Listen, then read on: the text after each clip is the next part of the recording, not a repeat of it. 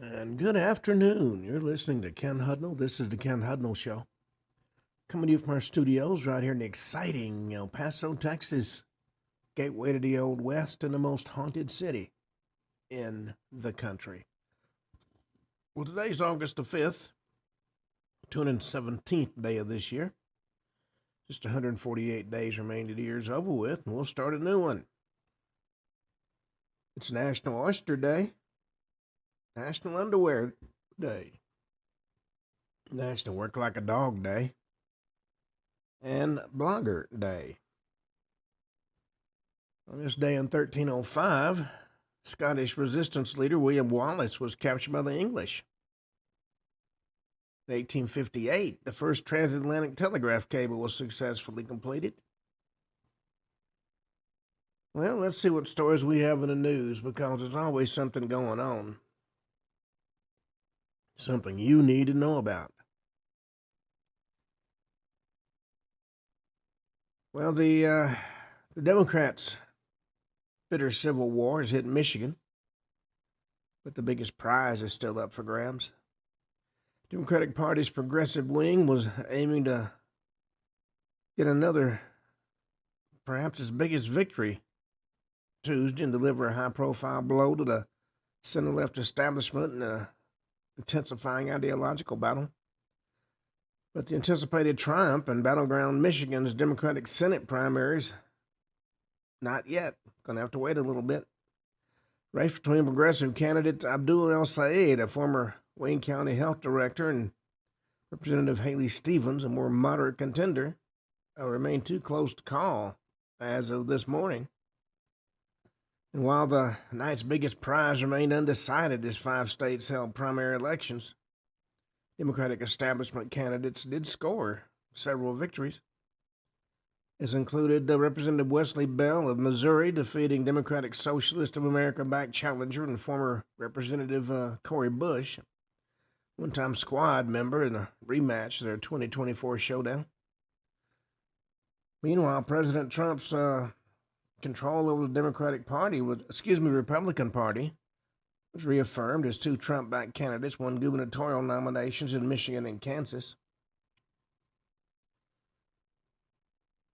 The El Sayed told his supporters at a primary night event in Detroit early this morning we'd have to wait a little longer to see the outcome of this race.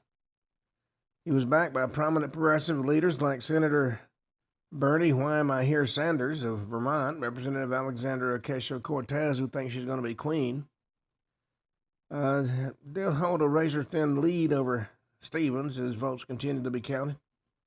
Stevens was supported by establishment figures, including Senator Chuck Shut-It-Down Schumer of New York and the longtime Senate Democratic leader. I know it's been a long night because that's the Michigan way. We want to give you an update. We knew all this was going to be a close race, and that's exactly what we've got. A very close race, according to Stevens. Well, hopefully we'll find out today. President Trump warns Iran will be hit really hard if nuclear negotiations collapse again. President Trump renewed his warning to Iran yesterday, saying the U.S. could strike the country really hard if negotiations between Washington and Tehran collapse again. If they back out once again, they're going to get hit really hard, he told Fox News. They know that. They understand that. I have no choice. They can't have a nuclear weapon. It's just very simple. He said military action remained an option if diplomacy fails. The hard hit's yet to come, and hopefully we won't have to use it, he said during the interview. His comments came days after he held off on a planned military strike on Iran that he said would have been the largest in World War II after Tehran and several Middle Eastern countries requested more time to negotiate over reopening Strait of Hormuz and addressing Iran's nuclear program. They think if they keep their head down, ignore everybody, nobody's going to come mess with them. Well, big money's propelled a Democratic megachurch pastor to victory in a long-shot Kansas Senate bid. Kansas Democrats have made their choice in one of the most crowded primary battles in the nation, and they're backing a political newcomer with an eye-popping campaign war chest. Adam Hamilton emerged victorious in an 11-way primary Tuesday night in the race to take on the incumbent Senator Roger Marshall, Republican of Kansas. He's running for a second term in the upper chamber, and he's got a line of attack against Hamilton already teed up. He said the guy's woke, a big megachurch pastor, according to what Marshall told Fox News.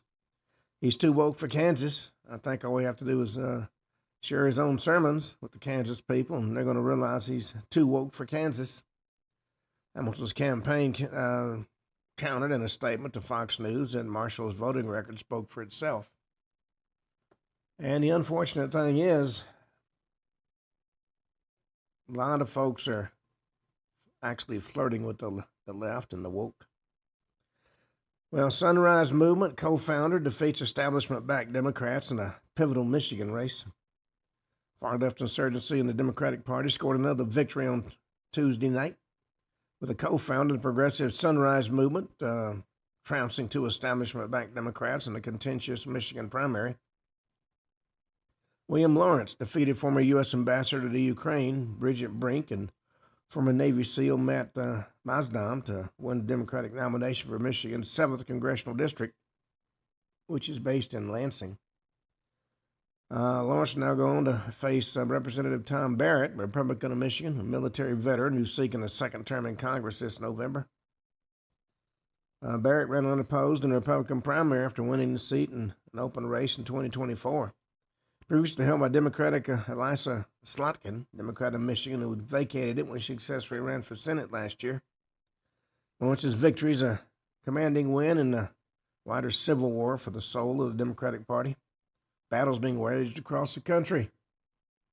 Well, we'll see what happens in the actual election. Well, Michelle Tafoya blasts WNBA activism, says Sophie Cunningham's a hero for women's sports. Michelle Tafoya remembers when the WNBA was about celebrating women's basketball. She told Dan the Kish on a podcast she no longer recognizes the league she once helped broadcast. Tafoya called WNBA's games during the league's inaugural years, said politics replaced the celebration of women's basketball she remembers from the league's early days. She said, I'm losing faith in the league. I've talked about this when this league held its inaugural first 3-4 seasons.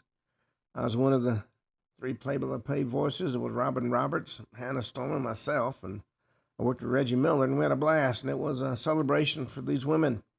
League's now somehow morphed into something that feels like activism on display. Tafoya pointed to the protest outside a recent Minnesota Lynx game as evidence of how emotionally charged the debate of women's sports has become. She said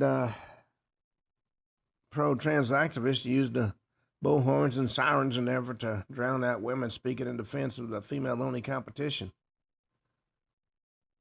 Well, apparently a lot of people missed the class in English about defining female. A Smithsonian director admits she sees history as a tool for social justice after an explosive hearing. After a series of congressional hearings on alleged woke ideological capture of the Smithsonian, a resurfaced video of a presentation by National Museum of American History director Anthea Hartig shows her calling history as a practice of a prime tool of social justice.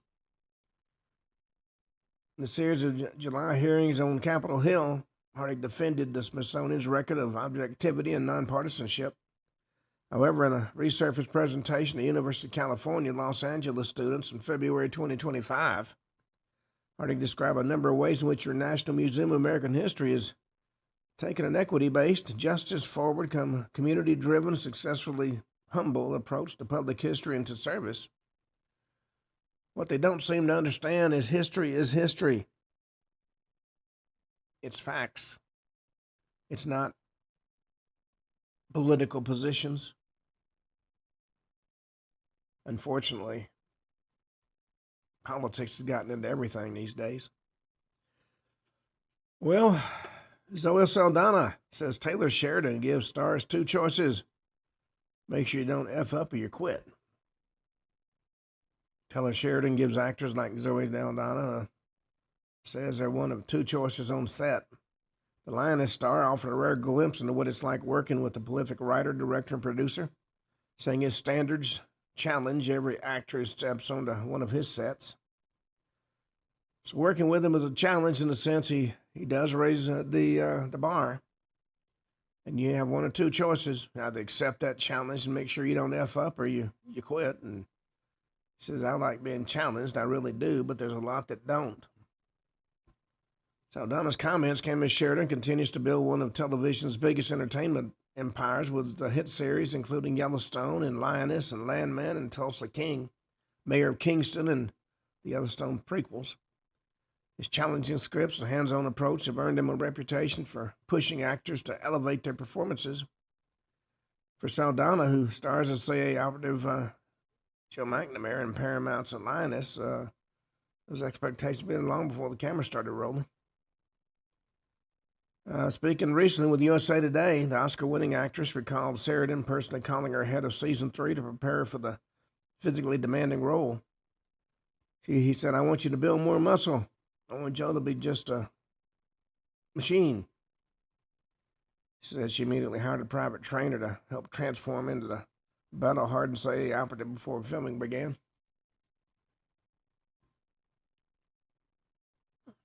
Well, nation's largest food distributor halts Mexican lettuce purchases after an outbreak linked to the 2 deaths. Cisco shifted to U.S.-grown lettuce after the parasite outbreak sickened more than 11,000 people in Michigan.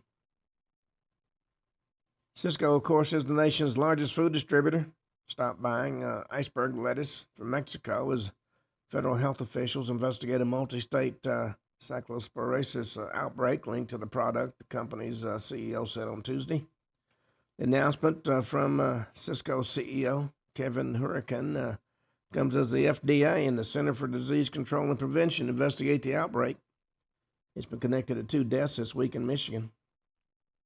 Outbreak's been linked to iceberg lettuce, sourced from central Mexico through Taylor Farms of Mexico. Taylor Farms U.S. business voluntarily recalled certain iceberg lettuce products sold under the Taylor Farm Fresh Food and Market Side brands. Companies maintain the FDA had identified a confirmed positive test result for cyclospora after what it described as a false positive reported by the agency. Yeah. There's a lot of questions circulating about Fauci's testimony. The question is, did he properly take the fifth? Senate could put that claim to the test. Dr. Anthony Fauci, the point man for Americans' pandemic response, who was once the doyen of Hollywood, turned in a less than stellar performance before the Senate Homeland Security Committee after giving a short, entirely self-serving opening statement during which he accused committee chair Senator Rand Paul of Kentucky having an unhinged obsession with him. Fauci invoked the Fifth Amendment self-incrimination clause, which allows a witness to refuse to answer questions if doing so would incriminate him 111 times to avoid answering questions. But the question becomes, since he did get a pardon, was his invocation proper, and regardless, what can the Senate do about it?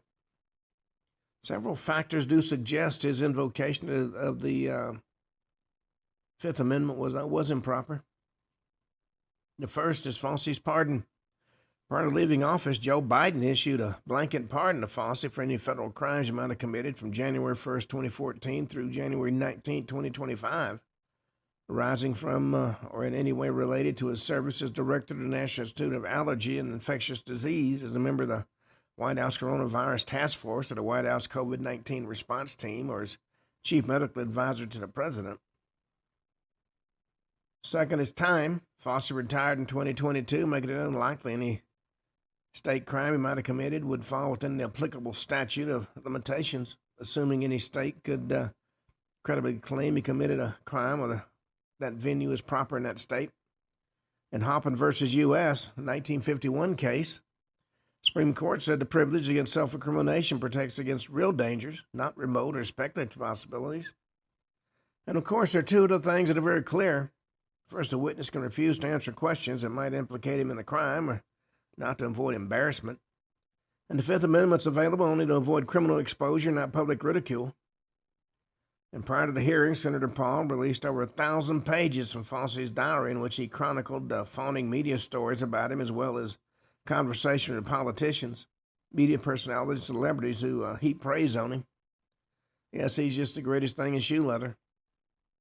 Unfortunately, a lot of what's coming to light shows that's not true. Marine veteran Las Vegas officer was killed in the shooting. The armed suspect's also dead. Las Vegas police officer was a Marine veteran, was killed Tuesday while responding to a report of an armed person, according to authorities. Suspect was also killed in that encounter. Officers and police drones were sent to a business in the 4500 block of East Tropicana Avenue shortly before 4 p.m. After a caller reported a person was waving a gun and appeared to be intoxicated, according to the Las Vegas Metropolitan Police Department. Police said officers located the armed suspect near Mountain Vista Street and Interstate 11 underpass. Suspect opened fire on the officers, prompting at least one officer to return fire. Suspect was eventually pronounced dead at the scene. A 30-year-old officer was wounded during the exchange and taken to the University Medical Center, where he was pronounced dead, according to Clark County Sheriff Kevin McMahill. 30-year-old Las Vegas police officer was worked on heroically by the Clark County Fire Department. Other officers and EMS, McMahill said, transported to the UMC where nurses worked to save his life. Unfortunately, he passed. He said that officer was a Marine veteran who had served with the police department since November 2023. He said, "This is a person who served both this country and this community. As you can imagine, I have lots of grieving officers in the grieving community." Police department offered condolences to the officer's family and pledged to support him in every way we can in the days coming up. We're seeing a lot of unexplained shooting and threats of shooting. Well, Jelly Roll says he's planning to take some time off and heal after his final tour stop. He's had a very tumultuous year in his personal life. While performing at the Bicycle Stadium in Salt Lake City, Utah on July 28th, the 41-year-old country star recently finalized his divorce from his ex-wife, Bunny, 46, revealed he'd not be hitting the road again for the foreseeable future. He said, "This has truly been a lifetime experience for me." He's known for a song called Save Me. And he said, "In a couple of nights, I go to Colorado Springs and do my last show for a year or two. Fixing to take some time off and heal, and I want to thank you for the opportunity." Fox News has reached out to Jelly Roll's representative for comment. The July 28th concert in Salt Lake City marked the final stop on Jelly Roll and Post Malone's co-headlining a big-ass stadium tour part 2. Jelly Roll gave his final scheduled performance at a solo show in Widener Field in Colorado Springs on July 30th. And per his official website, the rapper has no upcoming concert dates. From experience, I can tell you sometimes getting over divorce is a changing situation. Well, Kentucky child killer walks field as the family says justice failed despite years of legal fights. The Kentucky father, whose 6-year-old son was stabbed to death while sleeping, says the man found not guilty by reason of insanity in the killing got a slap on the wrist after being released from prison July 29th. He completed his sentence for assaulting 3 surviving family members. Ronald Exantis was released from Kentucky Department of Corrections custody July 29th after he completed the sentence imposed for assaulting Logan Tipton's father and sisters during the 2015 home invasion that left the 6-year-old boy dead. The case stunned Kentucky after prosecutors said Exodus broke into the family's home December 7th, 2015, fatally stabbed 6-year-old Logan while he slept. The boy's father and 2 sisters also stabbed but survived the attack. Jury later found Xantus not guilty by reason of insanity on murder and burglary charges, but guilty of mentally ill on assault charges involving the surviving family members. The assault convictions resulted in the prison sentence he completed last week, reigniting outrage from the Tipton family and renewed questions about Kentucky's criminal justice system. Yes, in many states we have what's known as a revolving door. WNBA silent on Clay Travis's offer to pay the Las Vegas Aces $10 million to beat a high school boys team. WNBA once again found itself embroiled in controversy thanks in large part to the reaction from Sophie Cunningham's comments on the male competition in women's sports. When Cunningham said that transgender male athletes should not compete in women's sports, she echoed a position shared by 80 to 90% of the American public. Also one supported by the realities of biology and science, considering the inherent physical advantages men have over women. But her remarks set off a firestorm of criticism and backlash within the WNBA players, coaches, and fans. They all rushed to critique those comments, boo Cunningham whenever she touched the ball or wear pointed clothing specific in response to her statement. Several feigned ignorance of the science behind males and women's sports. One co-owner was even suspended after confronting a young Cunningham supporter. Well, if you don't understand that men have a physical advantage over women, you need to go back to school. Well, a man was arrested at a Trump golf course ahead of the president's visit. He allegedly had weapons hidden. California man was arrested Sunday at Trump National Golf Club in Rancho Palos Verdes after allegedly monitoring security planning activities days before the president's visit. Later found to have a collection of weapons and body armor.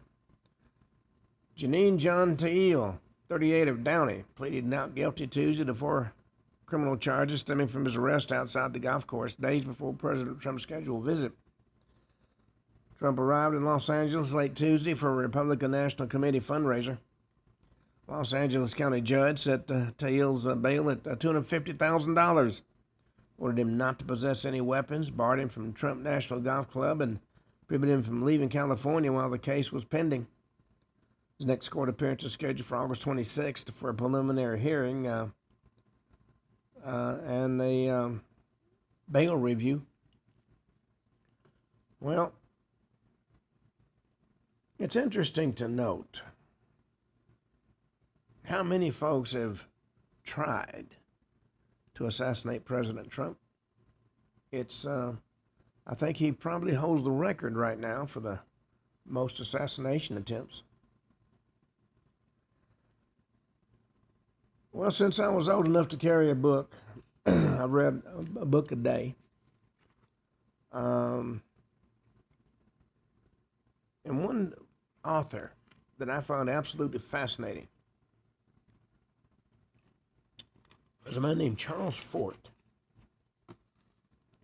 who writes about strange, unusual things. He is especially known for writing about mysterious disappearances, and there's been a lot of them. He's a true legend among paranormal researchers, and he's laid the groundwork for fields of study like ufology and mysterious disappearances.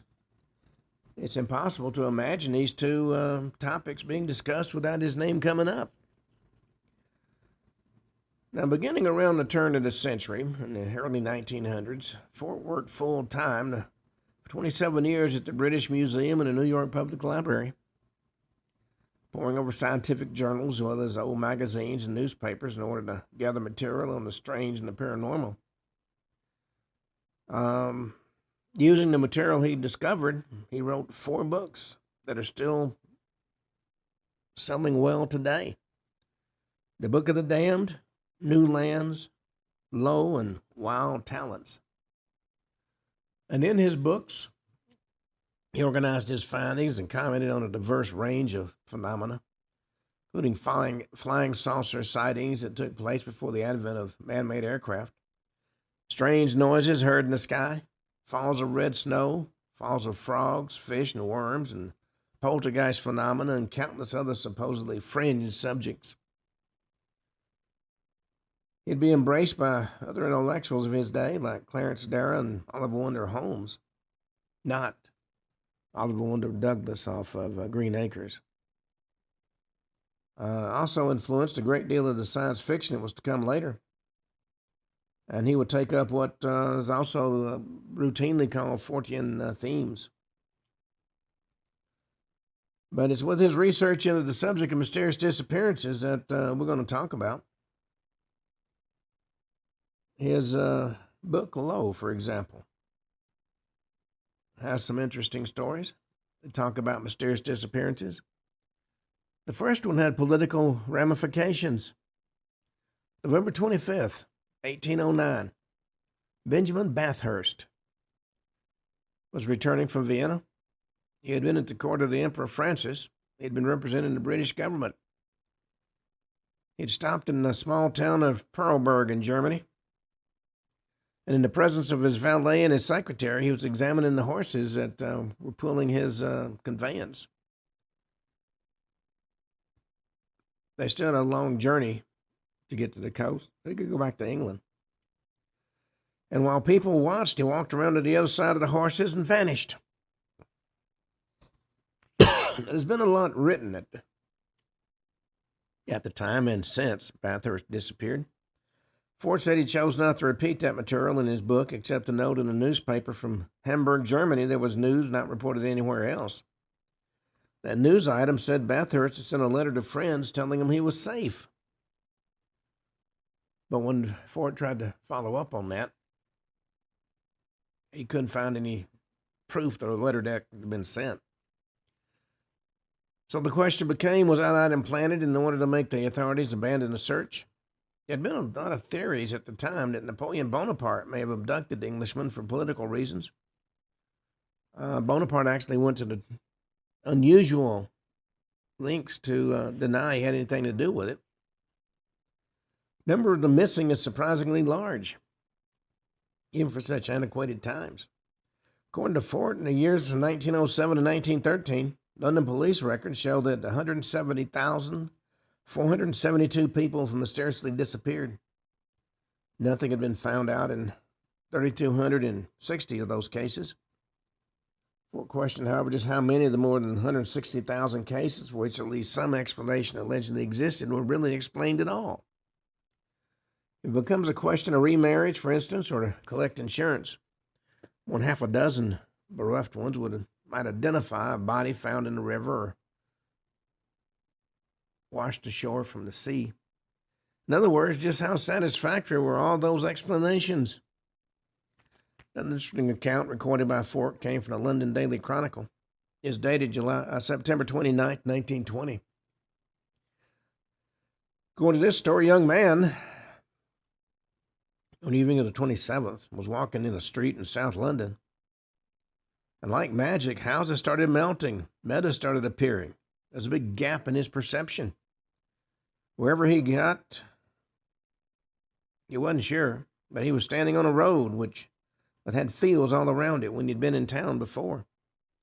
Now, of course, the young man was frightened, might be far away and unable to return. He was on a road near Dunstable, 30 miles from London.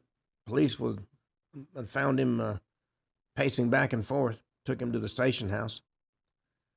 And while at the station house, he recovered sufficiently to tell him that he was Leonard Wadham of Wadham, South London. Walworth, South London, where he'd employed by the Ministry of Health.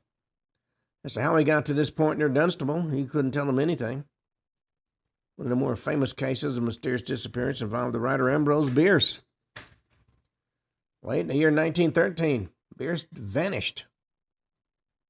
Now, it was explained, of course, he had gone to Mexico to join Pancho Villa, been killed in the Battle of Torreon. According to the New York Times, dated April 3rd, 1915, the mystery of Bierce's disappearance had been solved. He was on Lord Kitchener's staff in the recruiting service in London. According to the New York Times, dated April 7th, 1915, the War Office had no knowledge of Bierce. In March of 1920, newspapers published a dispatch from San Francisco said that Bierce had gone to Mexico to fight against Villa and been shot. It'd be a fitting climax to the life of this broad-minded writer to be wildly at work in London while in Mexico, and to be killed while fighting for and against Villa at the same time. I read a story he'd been stood up against a wall and shot. Well, Ford paused in his research to wonder whether Ambrose Bierce ever experimented in self-teleportation. Through his short stories of mysterious disappearances, so he must have been uncommonly interested to write it more than once. Another story involving teleportation is recounted in Low. That's one of Ford's other books. Ford says he reconstructed this story from several fragments he came upon in his research. Maybe it was 1910, and maybe it was another year. Hindu magician teleported a boy from somewhere in England. Maybe from Wimbledon, London. Maybe not. The effect of this treatment was of mental obliterations, a profound hypnosis, or amnesia. The boy could learn as if starting life anew, but mostly his memory was a void. And later on, as the magician himself lay dying, he repented, and his problem at that point was to restore the boy. Maybe not to his home, but to his native land.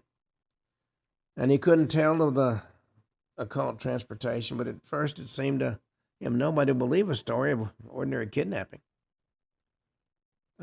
Kidnapping would be less believable than teleportation. It would be a most improbable story that in London a Hindu had kidnapped a boy and on the way to India had spent weeks aboard a vessel with this boy without exciting inquiry, with the ability to keep the boy from appealing to other passengers.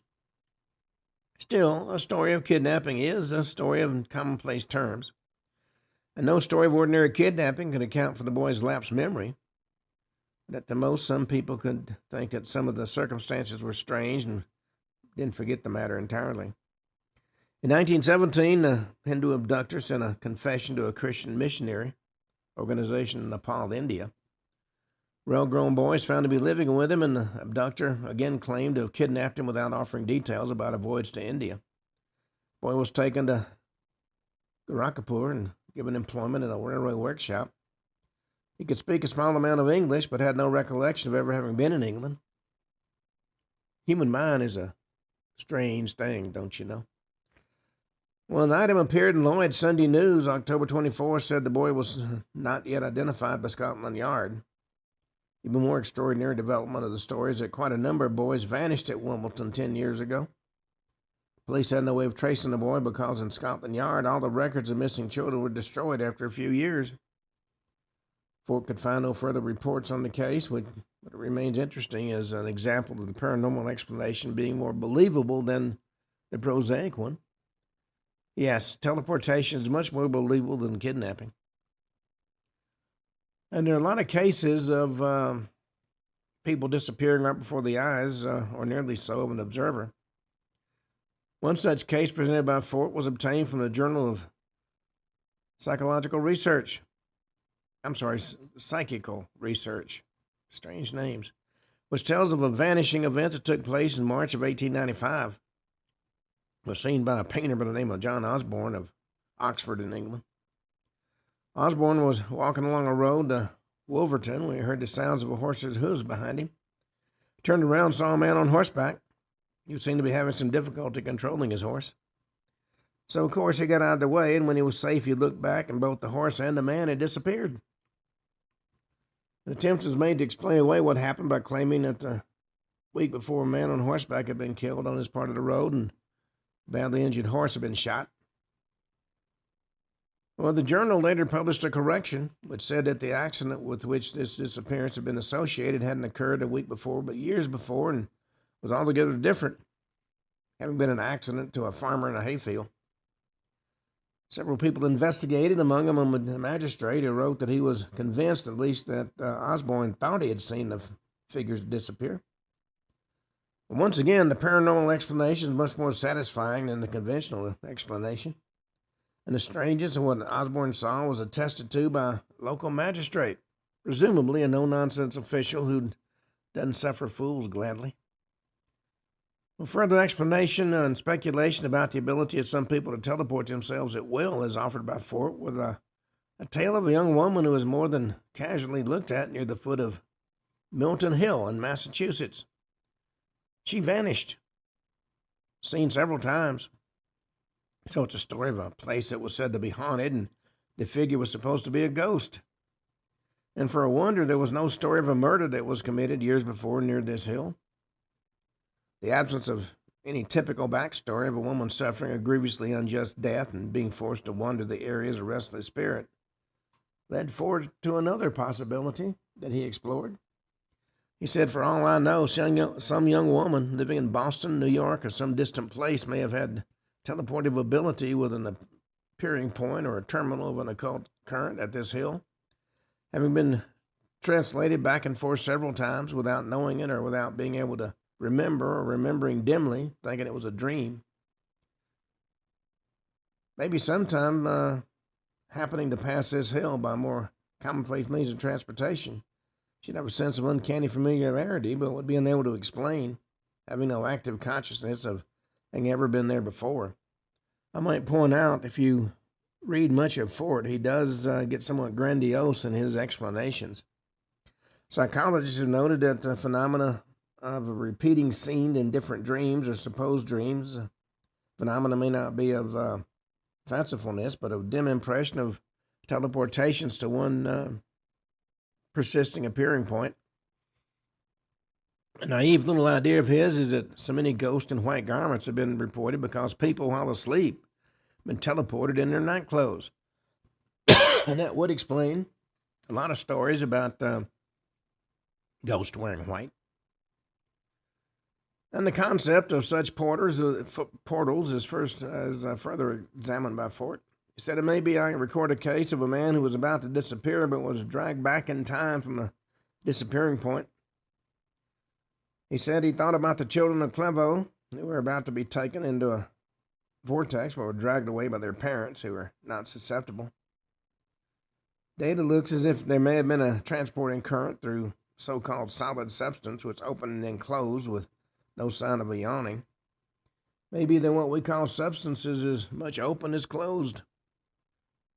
The greatest seemingly security is only a temporary disguise of the abysmal. All of us are skating over thin existence. And to make his point, Fort went on to talk about a story of a married couple who occupied good positions in Leeds, England. They were arrested at a railroad station December 9th, 1873 in Bristol, charged with disorderly conduct. Both of them were wearing their night clothes, and the husband had fired a pistol. It's reported in the London Times the husband had excitedly claimed that he and his wife had arrived the day before from Leeds and taken a room in a Bristol hotel. Early the next morning, he said the floor of the room had opened up, and as he was about to be dragged into the opening, his wife had saved him. Both of them were so terrified they'd jumped out the window and run to the railway station looking for a policeman. Well, the Bristol Daily Post subsequently published an account of the proceedings in police court. Husband's excitement was still so intense he could not clearly express himself. His wife testified that early in the evening they heard loud, alarming sounds, but been reassured by the hotel landlady. And those sounds were heard again around 3 or 4 in the morning. The couple jumped out of bed, which they could feel giving way underneath them. Voices repeating their explanations were heard, or they heard their own voices echoing. And according to what she saw, or what she thought she saw, the floor opened up. Husband was falling into this opening when she dragged him back. Landlady testified she has also heard the strange sounds, but was unable to clearly describe them. And the police, when they examined the hotel room, could find nothing to justify the strange behavior of the couple from Leeds and labeled the matter a case of collective hallucination. No one at any time suggested the couple had been intoxicated, and the dazed and bewildered pair were released to the custody of somebody who came down from Leeds to get them. Ford says the loud sounds heard in that case are similar in nature to those heard in poltergeist hauntings. Spiritualists have persistently called poltergeist sounds raps, he wrote. And sometimes they are raps, but often they're detonations that shake the building. People down the street have been kept awake by them. Many existences open and shut noisily. And having these noisy doorways, Fort refers to as been the cause of countless thousands of bizarre disappearances. At this point, there's good an explanation as any, and there hadn't been much progress made in researching these things since Fort's time. Disappearance of two pilots, similar to the story of Dr. Wallace Halsey, has also found a place in Fort's work. The Wild Talent, Fort begins the narrative by saying the story of these men is laid in a surrounding of hates of the intensity of Oriental fanaticism. It was July 24th, 1924, at a time of rare hostility. Flight Lieutenant W.T. Day and Pilot Officer D.R. Stewart was sent from British headquarters on an ordinary reconnaissance mission over the desert in Mesopotamia. And according to their schedule, they wouldn't be absent more than several hours. This story comes out of the London Daily Express, dated September 21st and 28th, 1924. The men didn't return, Fort continued, but there was a search undertaken. The plane was soon found in the desert. Nobody knew why it had landed. There was gas in the tank. Nothing wrong with the airplane. It was, in fact, flown back to the aerodrome. But the men, the pilot and the passenger, were missing. As far as can be ascertained, they encountered no meteorological conditions that might have forced them to land. No marks indicate the plane had been shot at. And the article Fort was working with speculated that maybe some unknown way of plucking an airplane out of the sky might exist, or for picking two men out of a desert. There were footprints left behind by Day and Stewart that extended for 40 feet from the plane, stopped side by side, and then they vanished as suddenly as if they'd come to the brink of a cliff. Now, it was impossible to explain the plane's landing, and that was put aside as a minor mystery. The theories offered the two men being captured by hostile Bedouins, then brushed away all the trails of sand starting at the point 40 yards from the plane. But even hostile Bedouins wouldn't go on brushing tracks away indefinitely, and a search was made to pick up the trail again. Airplanes, armored cars, and mounted police searched, and they searched high and low. Rewards were offered. Tribal patrols searched increasingly and unceasingly for 4 days. Nowhere beyond the point where the tracks in the sand stopped were other tracks ever found. Fort wrote that according to the latest account of the disappearing pilots that he could find from March of 1925, the mystery of the missing airmen was still unsolved. Now, Fort died in 1932, having been the groundbreaking pioneer for so much that we now take for granted about paranormal research. His legacy will be continued in a number of reprints of his books and discussions such as the one we're doing right now. Now, as in the case in nearly every other subject under the sun, the internet's full of information on the subject of mysterious disappearances. A quick trip through any search engine will yield innumerable cases of those who vanished without a trace. One unlikely but still very interesting source is the English online version of Pravda, the primary newspaper of the former Soviet Union. In one posting there, dated April 26, 2004, there's a story of the disappearance of an entire battalion of soldiers. According to the Pravda account, the event, which occurred August 21st, 1915, saw an entire battalion vanish in the presence of other people. And it's been an official secret for over 50 years. Only in 1967 were the documents containing the testimonies of 20 witnesses of this incident, which happened in southern Europe during the Dardanelles, was made public. Long search for the vanished soldiers was mounted, but none of them were ever found. Neither among the dead nor among the POWs released by the Turks after the war. And then, of course, that posting goes on to say that mass disappearances are one of the hardest of historical mysteries to explain. Let's talk about the disappearance of the Roanoke colony. Over 100 men, women, and children from an American colony on Roanoke Island in 1590 is just as baffling today as it was when it happened. A more complete account of the Roanoke disappearance can be found at a site called Unexplained Disappearances. According to the author of that site, in 1587, a colony of 114 men, women, and children became one of the earliest attempts to colonize the New World. Traveling from Britain to Roanoke Island on North Carolina's coast, they were the first true attempt at colonization of the New World. Also became one of the nation's great mysteries. group was led by John White, whose granddaughter, Virginia Dare, became the first English person born on American soil. Life was hard for the colonists, and their hardscrabble survival necessitated the need for more supplies from home. So John White and a Portuguese sailor named Simon Fernandez sailed for England. When they got there, it was found that England was in a serious war against Spain, and White was forced to join the fighting and was able to return to Roanoke for 3 long years. When he landed again in the Americas, August 18th, 1590, couldn't find a single trace of the colony. No people, living or dead, could be found anywhere. All personal belongings were left in place as if the folks simply vanished into thin air. The only possible clue left behind was a carving on a tree with the letters CRO, being all he could decipher. And those 3 letters matched the first part of the name of Croatoan, a nearby island. White sailed there to search for his family and countrymen, but unfortunately no trace of the colonists has ever been found. The Pravda account differs in some of the particulars. In their version, soldiers marched into the village and found burning candles and tables set for a meal in the huts, but no settlers were anywhere around. First idea was the Indians had killed them, and there was not a drop of blood or dead body could be found anywhere.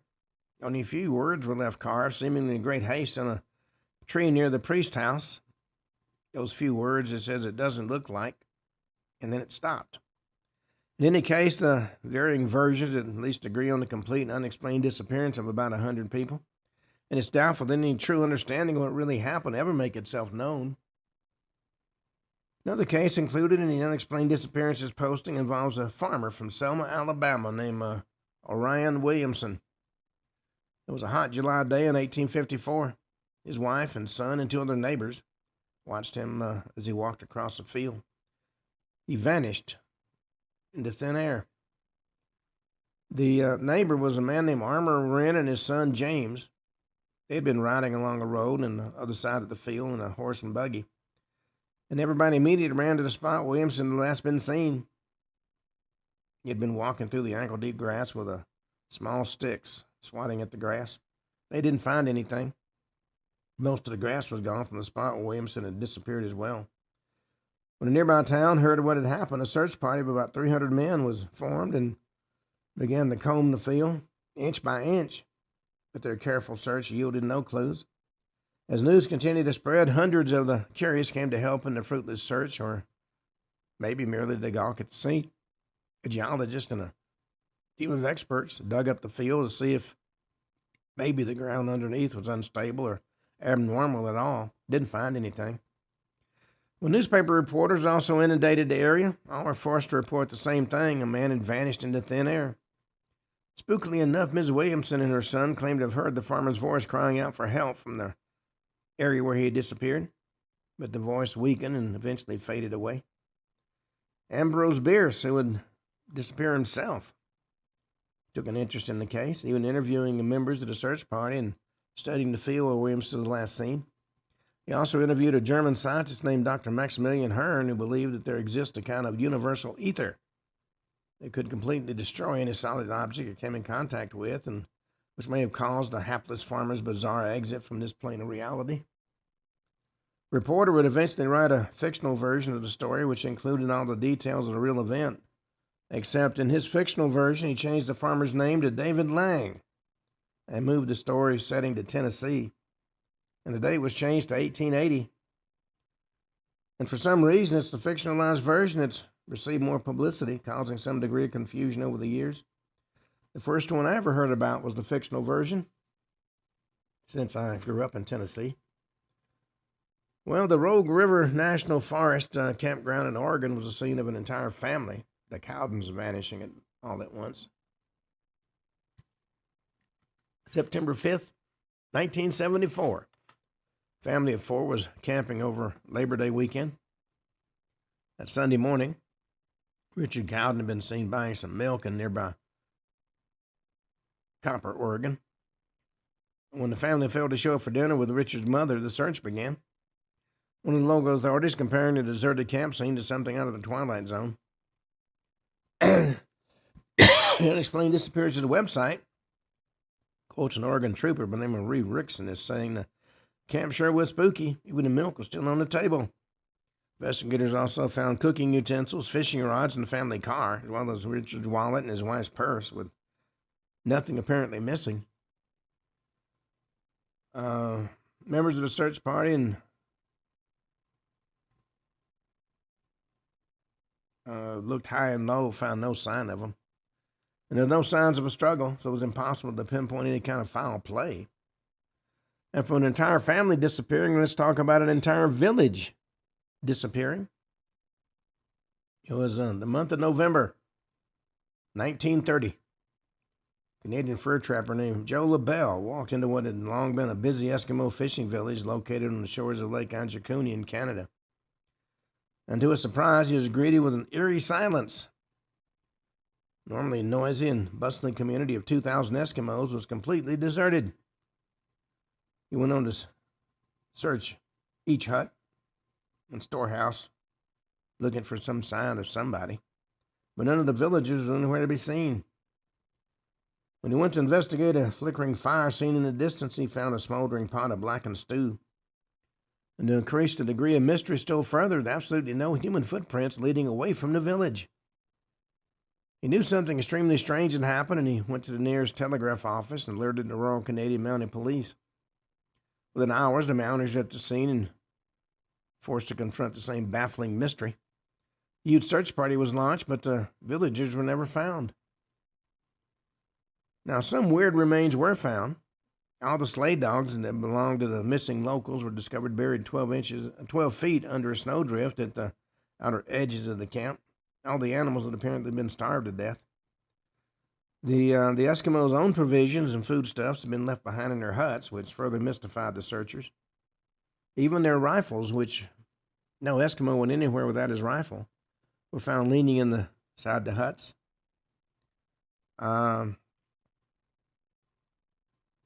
And in one last detail, it was discovered all the ancestral graves of the Eskimos were now empty. Whoever, whatever, had taken all the living villagers had also dug up the dead as well, even though the icy ground around the graves was as hard as iron. A bizarre blue glow lit up the horizon as the Mounties watched in awe. The strange light was not the northern lights, which the Mounties would have been very familiar with, but instead seemed steady and artificial. Disappearance of the village was reported in the media worldwide, with many believing a rational explanation would emerge in time. But the Anjikuni mass disappearance continues to be an unsolved mystery. Well, in an excellent posting on the website about paranormal phenomena, Stephen Wagner offers up an interesting collection of brief accounts of mysterious disappearances. Starts out with one he called the Vanishing Prisoner. And this first case is particularly interesting because it occurred in full view of witnesses. It was 1815. The location was a Prussian prison at Wichselmund. Prisoner's name was Diderisi. A valet who was serving a sentence for assuming his employer's identity after the employer died from a stroke. Diderisi was standing in line with other prisoners in the exercise yard. As he began to walk, chains clanking noisily, he began to literally fade out of sight. His body became increasingly transparent until he was gone completely, leaving his manacles and leg chains lying empty on the ground. Never seen again. There's another case of a person disappearing in front of witnesses, this time in 1873 in Leamington Spa in England. James Worson was a simple shoemaker who believed himself something of an athlete. Made a bet with some friends he could run from Leamington Spa to Coventry. That was about 16 miles. His friends thought it would be impossible, took him up on the bet, and as he ran, they followed him on a horse-drawn cart. They were going to protect their wager, don't you know? Worson did well the first few miles, but at one point he tripped on something, began to fall forward, but he never hit the ground. Instead, he vanished. Well, not believing what they were seeing, his friends made a thorough search of the area and then notified the police, whose investigation turned up nothing. According to Wagner, James Worson ran into oblivion. Some more recent cases of mysterious disappearances are also included in Wagner's posting. Cases that seem on the surface to be more commonplace, but which are nevertheless shrouded in darkness. One such case involves a man named Bruce Campbell. Driving along with his wife from their hometown in Massachusetts, visit their son at some distance across the country. It was April 14th, 1959. The couple made an overnight stop in Jacksonville, Illinois, checking into a motel for the night. In the morning, Miss Campbell awoke to find her husband had disappeared, apparently still wearing his pajamas. All his belongings, including his car, clothing, and money, were still there, but Campbell's never seen again, and his disappearance was never explained. Another example also took place in Illinois, involved a couple in their 60s who were attending a convention in Chicago at the Sheraton Hotel in 1970. Other attendees to the convention noted that Edward Andrews, the husband, was complaining of a mild illness, which he ascribed to hunger because the party they were at was serving only drinks and small hors d'oeuvres. The couple left the party and went to the parking garage to get their car. Parking attendant later said Andrew's wife appeared to be crying and that Edward didn't look so well either. As Edward drove the car away, he scraped the fender on the exit door, but just kept on going. The attendant was the last person to see the couple before they vanished into the night. Police offered the opinion Edward, in his sickness, may have driven the car off a bridge into the Chicago River. But no matter what efforts were expended, they were never able to find any sign of an accident, even after dragging the river. Andrews and their car were just gone. Similar case involving the disappearance of both the couple and their car took place in 1980. It was even reported in the New York Times. Charles Roman and his wife Catherine were one of those retired couples, divided their time between homes in New York and Florida as the winter months came and went. So one such seasonal trip back to New York that they met their mysterious fate. They began their journey north on the morning of April 8th, and late that afternoon they stopped at a motel at Brunswick City, Georgia for the night. They checked in and took their luggage to the room, went back out, probably to get something to eat. But they never came back. They never arrived at any restaurant in the area either. 3 days later, an investigation turned out the fact they never slept in their bed, and a thorough search found absolutely no trace of the Romers or their car. They just vanished without a trace. These last three cases, while they display no apparent paranormal overtones, do at least serve as examples of people gone missing with little or no fanfare. Not a celebrity's claim to fame or the coincidental timing of a display of UFOs in the sky, their unspectacular disappearances still managed to throw a monkey wrench into our sense of the ordinary and the expected. It's been suggested there's some other dimension at work here, some unknown place that sucks average people into its otherworldly jaws for no discernible reason. Well, there's a website located at 10wiki.org offers a detailed account of the disappearance of a 20-year-old Australian bush pilot named Frederick Valentich. Saturday, October 21st, 1978, Valentich departed from Moorabbin Airport in Melbourne, Australia, in what was expected to be a routine flight to King Island for the purpose of getting some night flying hours, or was picking up a crater crayfish for friends back home. What happened next would become one of the most disturbing cases in the history of ufology. To this day, the Valentich disappearance remains as puzzling now as it was over all those years ago. His flight began at 6:19 p.m. with clear conditions, a few scattered clouds, and a mild breeze. With such excellent visibility, the trip was expected to take an hour and 10 minutes. Valentich would be crossing the Bass Strait, a small band of water between mainland Australia and Tasmania. 7:06, the young pilot radioed Melbourne. He was being harassed by an unknown craft, and he was having engine trouble. An unknown craft was flying dangerously close to him. Well, portions of the transcript of Valentich's pleas for help to Melbourne are quoted in both the posting and a number of stories I've seen over the years. Valentich first asked Melbourne whether they had any traffic below 5,000 feet, and Melbourne replied no. Well, he said there's a large aircraft below 5,000 feet, but he couldn't tell them what kind of aircraft it was. Looked to him just like landing lights. Well, eventually he and his plane both vanished. And until tomorrow at this time, this is Ken Hudnall for the Ken Hudnall Show saying have a truly great evening.